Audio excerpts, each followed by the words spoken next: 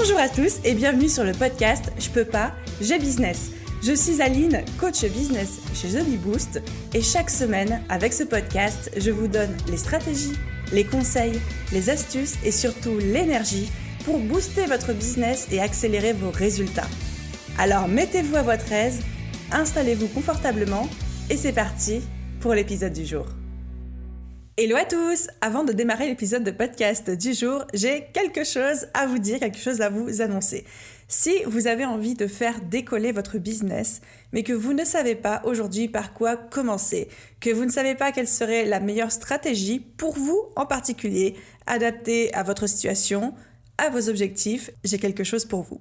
J'ai créé un nouveau quiz, c'est complètement gratuit, à destination des entrepreneurs et ce quiz en quelques questions va pouvoir vous dire quelle est la meilleure stratégie pour votre business, là, maintenant, tout de suite, celle qu'il vous faut pour passer au niveau supérieur. Que vous ayez besoin de travailler sur la tarification, la création de contenu, la visibilité, la prospection, les réseaux sociaux ou peut-être même encore un autre aspect, et bien ce quiz va vous dire exactement où concentrer votre énergie dans les jours et les semaines à venir pour être les plus efficaces possibles dans votre business tout en obtenant un maximum de résultats. Donc pour passer le test, pour faire le quiz, rendez-vous sur thebeeboost.fr/quiz avec un seul Z ou alors je vous mets directement le lien en description. Bon épisode à tous! Hello à tous et bienvenue dans l'épisode 108 du podcast Je peux pas, j'ai business. Et aujourd'hui, on va parler d'un sujet qui me passionne, un sujet vraiment en ce moment pour lequel j'ai un vrai intérêt qui est d'allier rentabilité et éthique dans son business. C'est une préoccupation que j'ai parce que je suis vraiment intimement persuadée que dans les années à venir, de plus en plus, lancer un business, faire grossir son projet, ce ne sera plus du tout possible sans se soucier un minimum de l'impact éthique, de l'impact écologique de notre projet, de l'impact social, etc., etc. Et du coup, je développe une vraie fascination pour les entreprises pionnières qui aujourd'hui arrivent à allier la rentabilité, à être à la fois éthique, écologique et très engagée, tout en étant rentable, tout en faisant des levées de fonds, tout en jouant dans ce que je pourrais citer entre gros guillemets, en jouant dans la cour des grands. Et du coup, dans l'épisode de podcast d'aujourd'hui, je suis avec Diane. Diane qui a cofondé la marketplace qui s'appelle Dream Act, qui est une marketplace très engagée, que ce soit à la fois d'un point de vue éthique, écologique et sociétal. Et Diane, elle va venir un petit peu parler avec nous de son parcours, des challenges qu'elle a rencontrés, de comment elle a fait, comment elle pense son projet, comment elle développe, comment elle compose avec toutes les contraintes et toutes les valeurs qu'elle a envie de défendre. Et pour moi, vraiment, aujourd'hui, ce que j'ai envie de vous proposer, c'est un épisode inspiration, un épisode qui va vous amener à voir plus grand et à vous dire « Ok, tout ça, c'est possible, je peux avoir à la fois le beurre, l'argent du beurre et les fesses de la crémière si le cœur m'en dit. » Alors, sans plus attendre et sans plus de transition, je vous laisse écouter mon échange avec Diane. Bon podcast! Hello Diane, comment vas-tu? Hello, très bien et toi? Très bien, merci. Je suis tellement contente de t'accueillir sur le podcast pour une problématique, je sais, qui va parler à beaucoup de personnes. T'es prête pour le défi? Je suis prête. Parce que je pense que c'est un vrai défi qu'on va relever aujourd'hui, de parler à la fois rentabilité et éthique. Parce que même si, évidemment, les croyances, les idées commencent à changer autour de ces sujets, on a toujours du mal à voir comment est-ce qu'une entreprise peut être à la fois éthique, responsable, 100% made in France et pourtant hyper rentable. Donc, j'espère qu'aujourd'hui, on va démystifier un petit peu tout ça et montrer que tout est possible. Alors, ce que je te propose comme programme, c'est que j'ai un peu potassé de mon côté, donc je vais m'occuper de faire ta présentation. Mais après, évidemment, tu pourras rectifier si je me suis complètement gourée, si je n'ai pas pris le bon site internet et qu'en fait, je parle de quelqu'un d'autre. Tu vois. Ne parle pas d'Amazon, s'il te plaît. Alors, ton mari, c'est Jeff Bezos, tu sais. Ah, c'est toi la femme qui a pris sa fortune là après le... Ça te va, du coup? Très bien. C'est parti. Et du coup, ça tombait très bien parce que la semaine dernière, pour la première fois de ma vie, parce que j'ai des préoccupations écologiques, mais je ne suis pas non plus la meilleure élève. Et pour la première fois de ma vie, la semaine dernière, j'ai entendu parler du terme Green Gap, qui décrit le décalage entre les valeurs, entre ce qu'on a envie de faire, mais entre ce qu'on fait vraiment par rapport à nos actions. Donc le Green Gap, c'est le décalage entre nos convictions et nos actions en termes d'écologie, de responsabilité, d'impact social, etc. Et j'ai l'impression, en lisant un petit peu ton histoire, que c'est toi ce que tu as eu, mais genre en 2016, avec Claire, donc qui était ta colocataire à l'époque et aujourd'hui qui est cofondatrice avec toi, de vous dire, en fait, il y a un décalage entre nos convictions et ce qu'on a envie de faire et ce qu'on fait vraiment en fait au quotidien de manière concrète. Et donc, vous avez eu cette envie toutes les deux de faciliter l'accès à la consommation à la fois éco et à la fois responsable. Donc, ça a d'abord pris la forme, si j'ai bien compris, d'une association qui référençait les adresses de proximité et ensuite, très, très vite, sur la marketplace que tu as fondée, qui s'appelle Dream Act. Et aujourd'hui, Dream Act, c'est 30 000 produits, plus de 600 marques engagées qui sont représentées. Et petit geste que j'ai adoré, c'est que à chaque commande qu'on passe chez vous, vous reversez 1% de chaque commande à une des associations auprès desquelles vous êtes engagé, et c'est le client qui peut choisir. Donc ça, je trouve ça trop cool. Qu'est-ce que j'ai oublié dans cette présentation? Eh ben, tu n'as rien oublié. On n'est vraiment jamais mieux décrit que par les autres. C'est super. Du coup, super, super beau projet. J'ai déjà en train de remplir mon panier sur votre site. Tu vas en préparer un podcast, des petits livres rap et tout, etc. Il me semble que tu as préparé, je ne sais pas si tu as eu le temps de te pencher dessus, 3 petits faits, un peu plus, des petites anecdotes, des petits faits inédits sur toi qui permettraient aux auditeurs de mieux te connaître en dehors de ton projet. Est-ce que tu les as? Eh oui, je les ai. Allez, Alors, on t'écoute. premier fait inédit, si je puis dire, c'est ce qui a fait l'étincelle, ce qui a créé l'étincelle, je pense, pour créer Dream Act. C'est quand je suis partie vivre 9 mois en Inde, donc en fin 2015. Je suis allée là-bas pour travailler dans une ONG qui s'occupait d'accorder des microcrédits à des groupements de femmes dans des villages indiens, qui sont des femmes qui sont issues de ce qu'on appelle là-bas des castes basses. Et on les aidait du coup à mener des micro-projets entrepreneuriales solidaires pour leur permettre de vivre dignement, de vivre de manière indépendante, notamment des hommes du village, et de mettre leurs enfants à l'école et autres. Et ces projets, du coup, ça pouvait être à la fois des projets de micro-fermes, mais aussi des micro-projets textiles. Et notamment du coup avec du commerce avec l'Europe, et c'est là que je me suis rendu compte que en fait les choses ne sont pas si faciles que ça quand on parle de consommation responsable. On pourrait se dire que consommer responsable, c'est que consommer par exemple local, mais en fait derrière par exemple du made in India, il y a plusieurs réalités. Il y a la réalité de pollution intense des fleuves, de par la teinture des produits textiles, des grandes usines textiles, mais il y a aussi la réalité de soutien des savoir-faire et de l'empowerment des femmes dans des villages indiens. Et en fait, c'est comme ça pour tout. Et nous, c'est vraiment ce qu'on souhaite véhiculer avec Dream Act, c'est en effet une consommation responsable, mais derrière le mot responsable, il y a vraiment d'abord et avant tout une consommation transparente et raisonnée qui va au-delà des clichés de greenwashing et autres.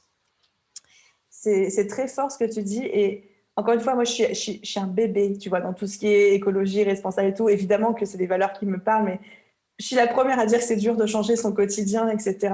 Et je suis d'accord sur le fait que tout est gris, en fait, c'est pas noir ou blanc, que ce soit à la fois dans la grande consommation que dans la consommation très responsable. Et comme tu dis, par exemple, c'est pas parce que c'est marqué Made in India sur un vêtement que forcément ça veut dire qu'il faut pas l'acheter, parce que c'est pas éthique, parce qu'on peut très bien soutenir un projet d'une femme tel que tu l'as décrit, etc. Donc merci d'appuyer ce point-là. Et du coup, je rebondis aussi en disant que effectivement, j'ai vu que pour vous, chez Dream Act, la sélection des marques et des partenaires avec qui vous travaillez est très importante, et que vous avez, je crois, un comité éthique qui intervient une fois par mois, c'est ça, ou un peu? Et alors, il intervient un peu à la demande, en fait. Ce comité éthique, il est composé de différents experts métiers sur les différentes catégories, finalement, qu'on distribue sur DreamHack. Donc, il y a des experts textiles, des experts cosmétiques, des chimistes, il y a même une philosophe. L'idée, c'est en gros, quand on a un doute sur une marque qui souhaite rentrer sur Dream Act parce que la marque utilise une matière qu'on connaît pas, pour X ou Y raison, on fait appel aux experts concernés de notre comité éthique. Et sinon, on le mobilise une fois par trimestre à peu près pour, dans tous les cas, nous aider à améliorer encore notre processus de sélection, etc. Et comment vous est venue cette idée de comité? Parce que franchement, sur le marketplace, j'ai jamais entendu ça. Alors, on l'a inscrit dès le début, en fait, avant même d'avoir nos premières marques. En fait, ce qu'on a senti assez vite, c'est que la notion de responsable, elle pouvait être très variable, en fait. Et du coup, nous, on en a donné une définition qui est la nôtre. Comme je disais, pour nous, responsable, c'est vraiment d'abord et avant tout des marques qui se créent pour répondre à une problématique sociale et environnementale, puis qui respectent la planète et les êtres humains. Mais ces marques-là, c'est bien souvent des petites marques qui ne sont pas parfaites, bien sûr. Donc, il y a aussi des arbitrages à faire, bien souvent, notamment dans une logique de les accompagner à toujours se parfaire. Et nous, notre rôle, c'est vraiment de donner le pouvoir aux consommateurs en leur donnant vraiment toute la transparence sur le produit, donc comment c'est fait, avec quelle matière, etc. Les bons côtés et parfois les côtés à améliorer. Et c'est au consommateur de faire son choix. Et pour apporter cette transparence, il faut que nous-mêmes, en fait, on pose les bonnes questions à ces marques-là. Sauf que nous, en fait, c'est bête, mais du haut de nos 24 ans, avec Claire, à l'époque de la création de DreamAct, on connaissait pas tout des secteurs qu'on adressait. Et donc, il fallait qu'on s'entoure, en fait, d'experts qui nous aident à décrypter les matières, les processus de fabrication. Et donc, le comité éthique, avait toute sa place dès le début de DreamAct. Et aujourd'hui, son rôle, il a un peu évolué. Maintenant, on connaît mieux les matières et les process. Par contre, on est face à de nouveaux défis, notamment la montée du greenwashing, parce qu'en fait, en 5 ans, on est passé d'un marché de niche à un marché. La plupart des citoyens aujourd'hui, je pense, souhaitent donner du sens à... Est-ce que tu peux juste rappeler pour ceux qui ne sauraient pas dans l'audience ce qu'est le greenwashing? Alors, le greenwashing, c'est des pratiques de marque de faire semblant, entre guillemets, de respecter la planète au travers leur processus de fabrication. En fait, c'est plus un effet d'annonce qu'une réalité. C'est par exemple des marques qui vont mettre en gros sur leur packaging éco-responsable, 100% recyclable. Oui, ok, c'est sympa, mais en fait, si t'es du plastique, t'es forcément recyclable. Voilà, par exemple, ou des marques qui vont mettre un petit drapeau français, alors qu'en fait, le produit a juste été pensé en France, mais in fine produit à l'autre bout de la planète. Voilà, tout ça, c'est en gros le décalage entre l'effet d'annonce et la réalité du terrain. Ok. Merci. Voilà, et du coup, dans ce contexte de montée du greenwashing, le comité a aussi son rôle à jouer de nous avertir des tendances de greenwashing, quoi. J'aime beaucoup cet esprit effectivement de transparence et de dire qu'on n'est pas parfait, mais que vous cherchez vraiment à donner, en fait, vous donnez toutes les clés aux consommateurs pour faire leur choix. Et du coup, en surfant sur votre site, j'ai eu cette réflexion et j'ai vécu cette expérience dans le sens où je cherchais un petit peu dans la section cuisine, tu vois, je voyais un petit peu les produits qu'il y avait. Et là, je tombe sur les lunchbox, bento box, tu vois. J'adore cette marque et tout. Et je me dis, mais qu'est-ce que fait un truc bento box sur une marketplace éco-responsable, sachant que les bento box, on en trouve chez Monoprix, on en trouve chez Carrefour. Et je me dis, mais qu'est-ce qui se passe? Genre, est-ce que le plastique est recyclable du coup? Et je suis allée voir du coup la description produit. Et là, en fait, vous le dites très précisément quels sont les points pour lesquels ce produit fait partie de votre site, à savoir la fabrication 100% française dans ce cas-là, etc. Et là, je me suis dit, ok, du coup, je comprends pourquoi vous avez choisi de représenter ce produit sur votre site. Et pour moi, c'était clair. Donc, bravo pour cette transparence. J'aime la démarche de dire, on vous donne les éléments et à vous de prendre la meilleure décision pour vous en fonction de vos valeurs, de vos convictions, etc. Bon, du coup, assez parlé, non, on va en parler encore, assez parlé d'écologie, d'éthique, etc. On va plus parler maintenant du côté entreprise, entrepreneuriat, de ce beau projet. Quels sont, toi, les différents challenges que tu as pu rencontrer lorsque, avec Claire, vous êtes décidé à lancer ce projet? Alors, il y en a eu pas mal, hein. Le premier challenge, je pense, qui nous suit toujours un peu, c'est notamment sur nos levées de fonds ou sur des moments où il faut convaincre. On nous pose souvent la question de la taille et la profondeur de notre marché. C'est quelque chose, nous, avec laquelle on a un peu de mal à répondre à chaque fois. Alors, c'est pas terrible de dire ça. Et on nous a du coup souvent conseillé de dire non, mais abandonnez votre sélection hyper rigoureuse. Partez plutôt, par exemple, sur une sélection made in France. Ça vous permettrait de mieux sizer votre marché, etc. Ça, c'est des choses qu'on nous a beaucoup dit. En fait, la conscience et l'envie de donner du sens à sa consommation de la part des citoyens, elle est difficilement évaluable. C'est-à-dire que on sait tous les ans, il y a des rapports qui sortent avec X% des Français veulent donner du sens à leur consommation. Mais en fait, derrière, c'est large, c'est flou. Il y a ce fameux green gap dont tu parlais. Et nous, notre rôle avant tout, c'est d'abord de sensibiliser les citoyens à l'impact de leur choix de consommation et de leur donner des alternatives, en fait. Donc voilà, je dirais que ça, c'est toujours une difficulté qu'on a quand on a une première mission de sensibilisation qui est de tout sizer, tout mesurer. C'est pas toujours Tout faire évident. rentrer dans des cases là où forcément il n'y en a pas, tu vois. Ouais, c'est ça, exactement. Donc ça, c'est compliqué. Un autre challenge, je pense, ça a été de prendre tout ce temps-là. Alors, c'est bien, hein, mais du coup, c'est toute notre méthodologie de sélection des marques. Ça demande du temps. Et donc notre croissance est forcément pas la même que si on faisait rentrer tout et n'importe quoi sur notre site, je pense. Aujourd'hui, on a 900 marques, donc c'est pas mal. Mais c'est vrai que voilà, là où sur ces discounts, tu as juste à proposer tes produits, chez nous, il faut passer 2 comités, remplir un questionnaire hyper long, voilà. Donc c'est plus long d'être responsable, je pense. Et en même temps, c'est un vrai gage de qualité, de valeur. Oui, oui, oui, non, c'est vrai. Hem, voilà un peu, je dirais les difficultés. Après, on en a eu plein d'autres, qu'on a su, résoudre, je pense, mais Et du coup, par rapport parce que tu parlais de levée de fonds, mmh mh. donc déjà, on peut lever des fonds quand on est une marketplace éco-responsable, même avec des critères de sélection ultra durs et un marché difficilement quantifiable et sizeable aux yeux j'imagine, des banquiers, des choses comme ça. Comment ça s'est passé pour vous? Tu m'avais dit, je crois que tu étais enceinte en plus en faisant ta levée de fonds, c'est ça? Oui, il y en a eu une des 2 où en effet j'étais enceinte. Bah, nous, on a fait 2 levées de fonds, en gros, un peu particulières parce qu'on a fait appel à ce qu'on appelle des fonds, d'impact, investing, donc des fonds, qui regardent, à la fois des critères de croissance, de rentabilité, mais aussi des critères, d'impact social et environnemental.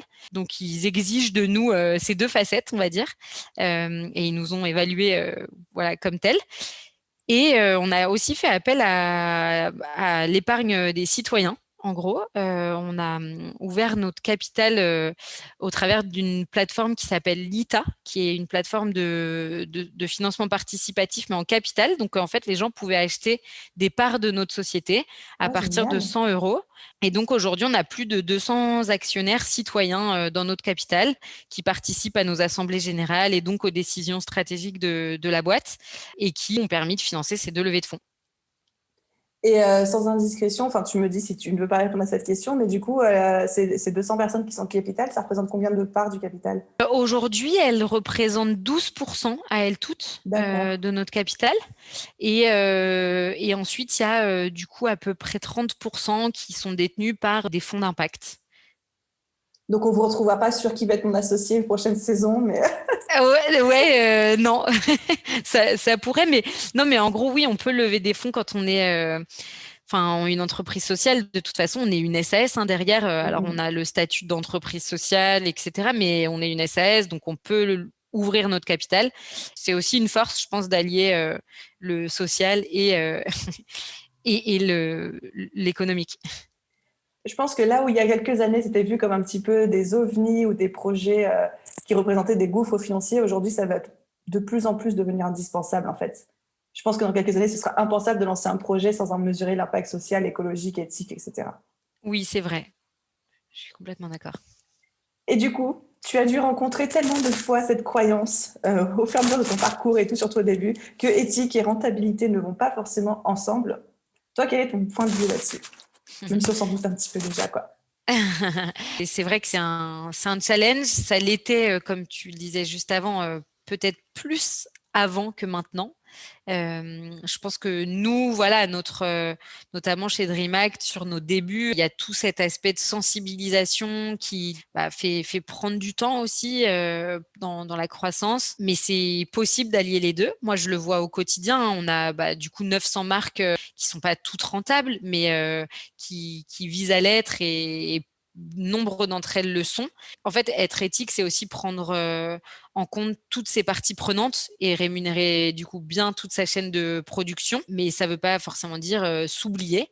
Et parfois aussi, il y a des pratiques, notamment nous, je vois en tant que marketplace, être éthique, c'est aussi faire une communication qui soit éthique et donc concevoir par exemple notre manière d'acquérir des clients de manière un peu plus fine que dépenser des milliers sur de l'acquisition Facebook et Google qui du coup serait quand même un non-sens, quoi, d'aller lever des fonds citoyens à impact pour tout dépenser sur Google et Facebook, ce serait un peu bizarre.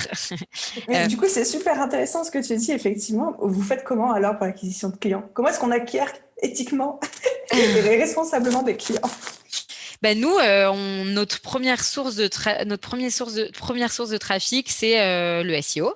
Donc, en gros, on travaille beaucoup notre contenu édito sur notre site. On a toute une partie webzine. Vous avez beaucoup d'articles de blog. Ouais. On a beaucoup d'articles de blog et en fait, ça remplit 2 missions. La première qui est de sensibiliser les citoyens à l'impact de leur consommation. Et la deuxième, en fait, c'est aussi un moyen d'attirer du trafic de manière naturelle et sans payer Google, quoi. Donc ça, c'est la première source de trafic. Notre deuxième source de trafic, c'est le trafic direct. On développe beaucoup des partenariats avec des structures qui ont les mêmes enjeux que nous. Donc, par exemple, des fournisseurs d'accès à l'énergie alternative, des banques éthiques qui vont parler de nous à leur communauté. Voilà, ça ramène du trafic direct chez nous. Donc voilà. Je trouve ça hyper intéressant. Tu vois, avant qu'on ait cet échange, je m'étais jamais posé la question de être une marque éthique, mais donner son argent à Facebook pour faire des Facebook ads, tu vois. Oui. Et là, tu l'as formulé, ça m'a frappé. J'ai dit, oui, en fait, ça a un bon sens, tu vois. Mais je suis trop contente que tu évoques ces pistes très concrètes sur, il existe d'autres alternatives. Oui, même si voilà, faut être pragmatique. Aujourd'hui, c'est compliqué sans Facebook et Google. Enfin, c'est certain. On fait pas du tout de Google, mais on fait quand même un peu de Facebook, d'Instagram notamment. Mais c'est minime dans notre budget et dans notre stratégie d'acquisition, quoi. Et comme on disait au début, je pense que tout n'est pas noir et tout n'est pas blanc. Tu vois, il y a du gris de partout et c'est à chacun de se faire situer son curseur là où sont ses convictions. Exactement. Et du coup, par rapport à toujours cette question de rentabilité, à partir de combien de temps vous avez été rentable avec DreamHack? Est-ce que c'était dès le début? Est-ce que c'était un peu plus tard? Comment ça s'est passé? Alors, en fait, chez DreamHack, on a 2 types de clients. On a les clients de la marketplace dont on a parlé. C'est notre cœur d'activité depuis le début de DreamHack, de s'adresser aux citoyens, de proposer des alternatives sur tout ce qui va être mode éthique, cosmétique naturelle, jeux pour enfants et zéro déchet. Soleil.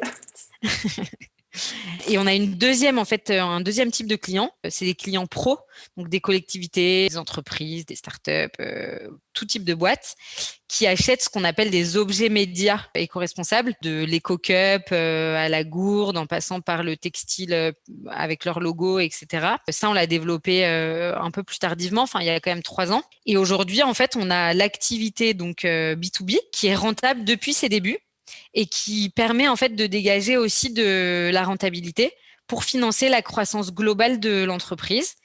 Parce que sur notre marketplace en tant que tel, on n'est à ce jour pas encore rentable. Mais si on n'est pas rentable, c'est clairement pas pour des questions. C'est pas parce que on propose des produits éthiques, c'est parce que on s'adresse à des particuliers et qu'il y a un enjeu de toujours se faire connaître davantage et de croissance. Enfin voilà, une marketplace, c'est un business qui a de manière à part entière et pas simple, faut pas se le cacher. C'est complexe, ouais. Voilà, et où il y a beaucoup de réinvestissements à faire. Et de par ces investissements constants sur la tech, sur l'acquisition, etc., l'activité marketplace n'est pas à ce jour rentable encore. Mais c'est une croissance et une non-rentabilité, entre guillemets, qui était complètement prévue et maîtrisée, pour laquelle, du coup, on a fait des levées de fonds qui ont très bien fonctionné et pour laquelle, on est fiers de l'allier avec ce côté B2B qui finance la croissance globale de la boîte, quoi. J'ai vu, oui, le site B2B que vous faites, ça a l'air trop cool aussi. J'ai hâte de m'y pencher plus. Je suis en train de rêver en ce moment de lancer des mugs où c'est marqué « Je peux pas, j'ai business » pour toute mon équipe et tout. Donc, tu vois, ça me parle. Ah écoute, je t'accompagnerai avec plaisir. Ma question suivante, qui était un petit peu plus précise, c'est par rapport à la distribution. Donc, typiquement, quand un client passe une commande sur ton site internet, j'imagine que vous avez tout fait pour être éthique jusqu'au bout du processus. Comment est-ce qu'on fait pour distribuer des produits de manière éthique quand on gère d'aussi gros volumes? Et je pose ma question parce que je sais que dans l'audience, dans nos auditeurs, il y a pas mal aussi de personnes qui vendent du produit physique. Ça peut être les intéresser au niveau du processus. Mhm. C'est une très bonne question. Ça fait partie des impacts qu'il faut absolument regarder quand on est une marketplace ou un site en ligne, parce que grosso modo, l'impact négatif, les externalités négatives que pourrait avoir une marketplace, c'est d'une part, en gros, la consommation énergétique de ton site à part entière. Et du coup, pour ça, nous, en fait, on fait hyper attention à toutes les datas qu'on récolte et qu'on stocke. La deuxième chose, du coup, c'est de faire le choix d'un hébergeur français, qui plus est compense son impact carbone par des projets de reforestation notamment. Donc voilà, ça c'est le premier impact. Deuxième, comme tu le dis, c'est tout ce qui va être logistique, distribution. Du coup, nous, on a fait le choix en fait de ne pas stocker la marchandise.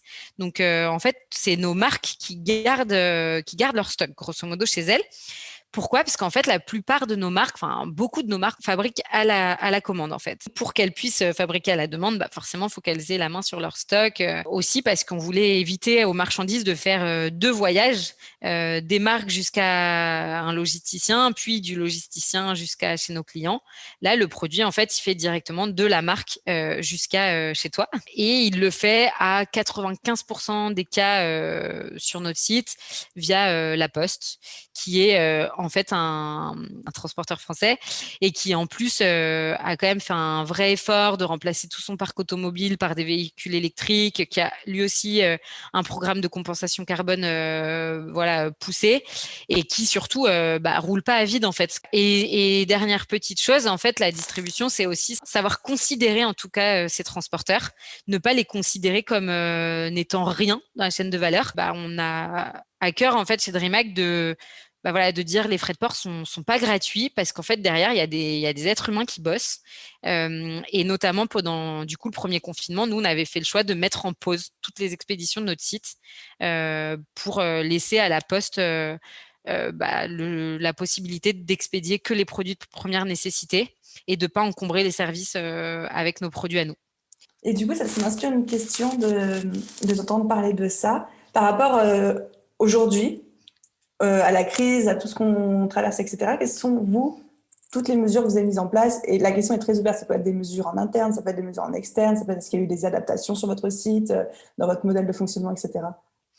Ouais, carrément. Alors, la première chose, en effet, c'est que donc pendant le premier confinement, on avait stoppé donc les expéditions. En réponse du coup à la demande de la Poste, voilà, de ne pas encombrer les services. Ça a eu un impact direct sur notre chiffre d'affaires, parce que du coup, pendant un mois et demi, on n'expédiait plus. On expédiait en gros les masques en tissu, les savons et les gels, quoi. Mais par ailleurs, en fait, on a joué notre rôle de marketplace en aidant nos artisans textiles qui se sont mis à produire des masques. On les a aidés à trouver des débouchés. Et donc, on a aidé nos marques en fait à se faire certifier par l'organisme compétent sur les certifications et à trouver des débouchés de distribution. Donc ça nous a permis de tenir la crise quand même. On arrive tout doucement vers la fin de notre épisode de podcast. Quels seraient 3 conseils que tu pourrais donner à des entrepreneurs solo, donc vraiment peut-être des artisans, des choses comme ça, qui nous écoutent et qui souhaitent à la fois allier rentabilité et éthique dans leur business? Alors, le premier conseil que je donne souvent quand on me pose cette question, c'est de ne pas trop écouter les conseils et de suivre aussi, aussi son ressenti, etc. Parce que je pense que, enfin, moi, dans ma vie d'entrepreneuse, j'en ai eu beaucoup des conseils au début de gens qui n'étaient pas forcément dans mon secteur d'activité, et parfois, j'aurais été plus vite à ne pas trop écouter tout. Ça, c'est le premier conseil. Mon deuxième conseil, quand même, en toute humilité, c'est de ne pas survendre son impact social et environnemental, de faire ses choix en rapport avec ses valeurs, de pousser son expertise, mais ne jamais raconter de salade ou de survendre, et toujours d'être hyper transparent et honnête avec son client. Je pense qu'on peut pas se dire responsable si on met sous le tapis certaines facettes de sa production, et je pense que le consommateur, il est prêt à entendre qu'on ne peut pas mener tous les combats de front dès le début de son activité. Et mon troisième conseil, c'est de ne vraiment pas douter de cette possibilité d'allier impact et rentabilité, parce que surtout dans les années qui viennent, c'est la seule chose qui va fonctionner. Je pense qu'effectivement, comme on commence à le dire, ça va devenir obligatoire en fait. On ne pourra plus faire la passe dessus. C'est même plus une question qu'on va se poser. Mmh mh. C'est quand même, pour la petite anecdote, pour conclure, peut-être cet épisode de podcast, mais je suis d'une famille où moi, je suis pas forcément très, très écologique, même si je fais des efforts au quotidien, mais ma mère et ma grand-mère le sont à 2000%. Et je me souviens quand j'avais 8 ans, hein, ma grand-mère m'envoyait, donc c'était 8 ans, c'était fin des années 90. Je crois qu'on a à peu près le même âge. T'es de quelle année, toi? 90. Non, ouais, je suis de 92, donc c'est pareil. Bref, fin des années 90, elle m'envoyait des PowerPoint sur Monsanto, à quel point c'était horrible, tu vois. Mais à l'époque, personne parlait de ça. À l'époque, ma grand-mère, les gens la regardaient trop bizarre. Et quand on parlait bio dans ma famille, tout le monde me regardait trop bizarrement. Et en fait, aujourd'hui, on ne pourrait plus, ça ne vient plus à l'idée de personne de dire que le bio, c'est de la merde et que le bio, c'est un truc perché, quoi. Ouais, c'est clair. Non, mais t'as raison. Et du coup, je pense aussi un truc à garder en tête quand on est une marque, c'est que tu vois, tu n'arriveras pas à faire changer les choses en culpabilisant les gens et notamment, tu vois, en envoyant des PowerPoint à des enfants de 8 ans. Je savais pas c'était quoi, je voyais des épis de maïs avec des symboles de mort dessus. Je comprenais pas, tu vois. Ouais, tu m'étonnes. Mais du coup, c'est pour ça que je pense que voilà, de proposer des solutions positives plutôt que de culpabiliser, c'est aussi hyper important, je pense, pour faire changer les choses. C'est un beau mot de la fin, ça. Je suis 100% d'accord avec toi. Alors, je vais évidemment mettre le lien de ton site, à la fois le site pour les particuliers, mais aussi le site B2B. Parfait, nickel. Merci beaucoup en tout cas. Mais merci à toi pour ta générosité, pour ton temps, pour ta bonne humeur. Et je trouve que ça a vraiment décomplexé un petit peu l'entrepreneuriat, la rentabilité, le fait d'être éthique sans être pour autant parfait. Enfin, merci pour ça. C'était très déculpabilisant comme discours. Bon, cool. Merci. À bientôt. Merci, Diane. Et voilà les amis, comme d'habitude, j'espère que cet épisode de podcast vous a plu. Encore une fois, tous les liens mentionnés pendant cet épisode seront dans la description de cet épisode de podcast si vous voulez aller suivre les aventures de Dream Act sur Instagram par exemple. Quant à moi, je vous dis un grand merci d'avoir écouté cet épisode de podcast jusqu'au bout. S'il vous a plu, n'oubliez pas de vous abonner pour recevoir les prochains, pour être notifié dès qu'un nouvel épisode sort. Et si le cœur vous en dit, vous pouvez laisser une note, un commentaire. Comme d'habitude, vous connaissez le discours, ça aide énormément le podcast à se développer, à se faire connaître et moi à pouvoir vous proposer des invités comme Diane qui viennent et qui peuvent partager vraiment leur retour d'expérience, les challenges, leurs problématiques et leurs solutions pour qu'on puisse s'en inspirer à notre tour. Merci à tous, je vous souhaite une excellente journée, soirée, après-midi, nuit, où que vous soyez, et je vous dis à très vite dans un prochain épisode de podcast. Bye tout le monde!